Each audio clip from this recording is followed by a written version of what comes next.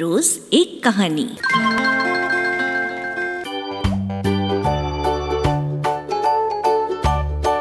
Tales of Panchatantra. Panchatantra की कहानियां। 20वीं कहानी, बंदर का कलेजा। एक नदी किनारे हरा भरा विशाल पेड़ था। उस पर खूब स्वादिष्ट फल उगे रहते। उसी पेड़ पर एक बंदर रहता था, बड़ा मस्त कलंदर। जी भर कर फल खाता, डालियों पर झूलता और कूदता फांदता रहता। उस बंदर के जीवन में एक ही कमी थी कि उसका अपना कोई नहीं था। माँ बाप के बारे में उसे कुछ याद नहीं था, न उसके कोई भाई था न बहन जिनके साथ वो खेलता। उस क्षेत्र में कोई और बंदर भी नहीं था जिससे वो दोस्ती गांठ पाता। एक दिन वो एक डाल पर बैठा नदी का नजारा देख रहा था कि उसे एक लंबा विशाल जीव उसी पेड़ की ओर तैरकर आता हुआ नजर आया। बंदर ने ऐसा जीव पहले कभी नहीं देखा था। उसने उस विचित्र जीव से पूछा, अरे भाई, तुम क्या चीज हो? विशाल जीव ने उत्तर दिया, मैं एक मगरमच्छ हूँ। नदी में इस वर्ष मछलियों का अकाल पड़ गया है, बस भोजन की तलाश में घूमता फिरता इधर आ निकला हूँ।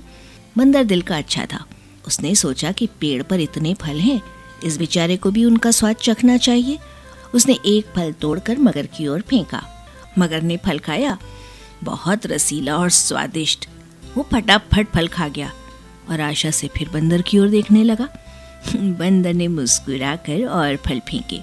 मगर सारे फल खा गया और अंत में उसने संतोष भरी टकार ली और पेट थपथपाकर बोला, धन्यवाद बंदर भाई, खूब छक्कर खाया, अब चलता हूँ। बंदर ने उसे दूसरे दिन भी आने का न्योता दे दिया। मगर दूसरे दिन आया। बंदर ने उसे फिर फल खिलाए। इसी प्रकार बंदर और मगर में दोस्ती जमने लगी। मगर रोज आता, दोनों फल खाते खिलाते गपशप मारते। बंदर तो वैसे भी अकेला रहता था। उसे मगर से दोस्ती करके बहुत प्रसन्नता हुई। उसका अकेलापन दूर हो गया।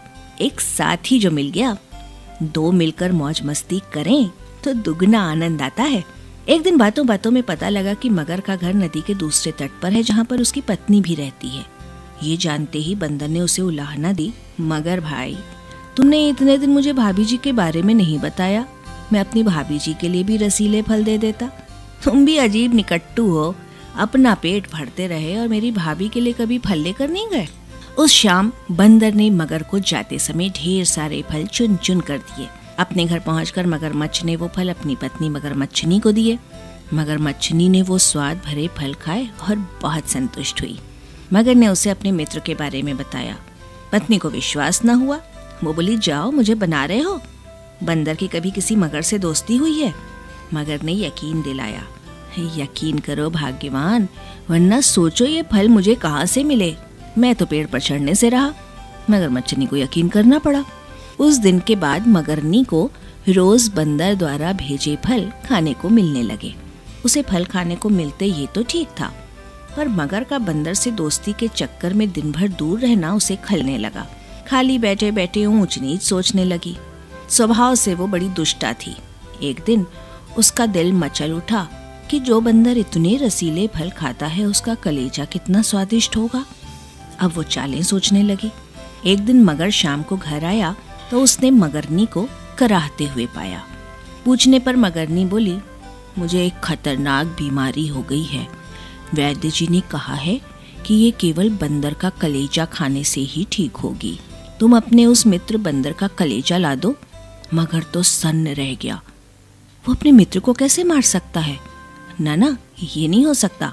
मगर को इनकार में सिर हिलाते देखकर मगरनी जोर से हाय हाय करने लगी।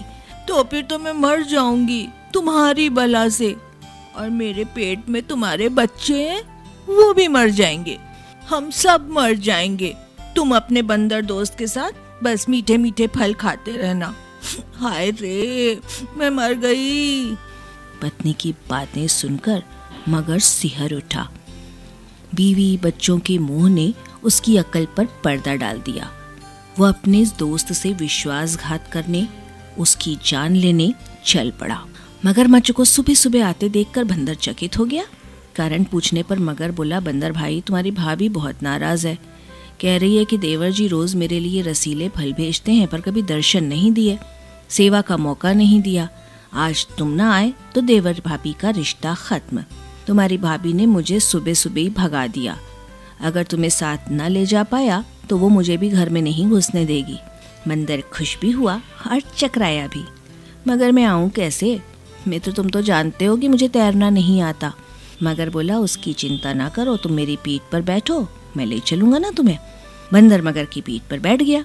कुछ दूर नदी में जाने पर ही मगर पानी के अंदर गोता लगाने लगा। बंदर चिल्लाया, ये क्या कर रहे हो, मैं डूब जाऊंगा। मगर हंसा, तुम्हें तो मरना है ही। उसकी बात सुनकर बंदर का माथा ठनका। उसने पूछा, क्या मतलब? मगर ने बंदर को कलेजे वाली सारी बात बता दी। बंदर हक्का बक्का रह गया। उसे अपने मित्र से ऐसी बेईमानी की आशा न थी, लेकिन बंदर चतुर था। तुरंत उसने अपने आप को संभाल कर कहा, वाह, तुमने पहले क्यों नहीं बताया? मैं अपनी भाभी के लिए एक तो क्या 100 कलेजे दे दूं, पर बात यह है कि मैं अपना कलेजा पेड़ पर ही छोड़ आया हूँ। तुमने पहले ही सारी बात मुझे न बताकर बहुत बड़ी गलती कर दी। अब जल्दी से वापस चलो ताकि हम पेड़ पर से कलेजा लेते चलें। देर हो गई तो भाभी मर जाएंगी, फिर मैं अपने आप को कभी माफ नहीं कर पाऊंगा। अक्कल का मोटा मगरमच्छ उसकी बात सच मानकर बंदर को लेकर वापस लौट चला। जैसे ही वे पेड़ के पास पहुंचे, बंदर लपक कर पेड़ की डाली पर चढ़ गया और बोला, मूर्ख, कभी कोई अपना कलेजा बाहर छोड़ता है? दूसरे का कलेजा लेने के लिए अपनी खोपड़ी में भी तो भेजा होना चाहिए। अब जा और अपनी दुष्ट बीवी के साथ बैठकर अपने कर्मों को रो। ऐसा कहकर बंदर तो पेड़ की टहनियों में लुप्त हो गया और अक्कल का दुश्मन मगरमच्छ अपना माथा पीटता हुआ लौट गया। इस कहानी से हमें सीख मिलती है, दूसरों को धोखा देने वाला स्वयं भी धोखा खा जाता है। संकट के समय बुद्धि से काम लेना चाहिए। प्रस्तुति लिब्रा वेलफेयर सोसाइटी।